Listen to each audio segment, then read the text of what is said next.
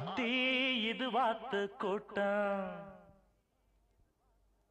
ஆத்தி இது வாத்து கூட்டம், பார்த்தா இவாளு மட்டம் போட்டா ஒரு ஆட்டம் பாட்டம் சொல்லுறத கேளு. நீ வேற ஒரு